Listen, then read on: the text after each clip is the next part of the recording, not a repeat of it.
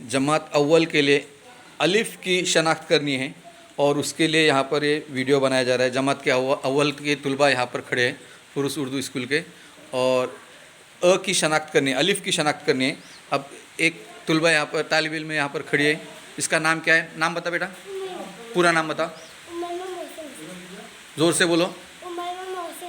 शाबाश। अब तूने क्या करना है, जहाँ जहाँ पर जिस खाने में अ लिखा हुआ है उस खाने पर कूदी लगानी। हाँ चल शुरू हो जा, बोलते जा।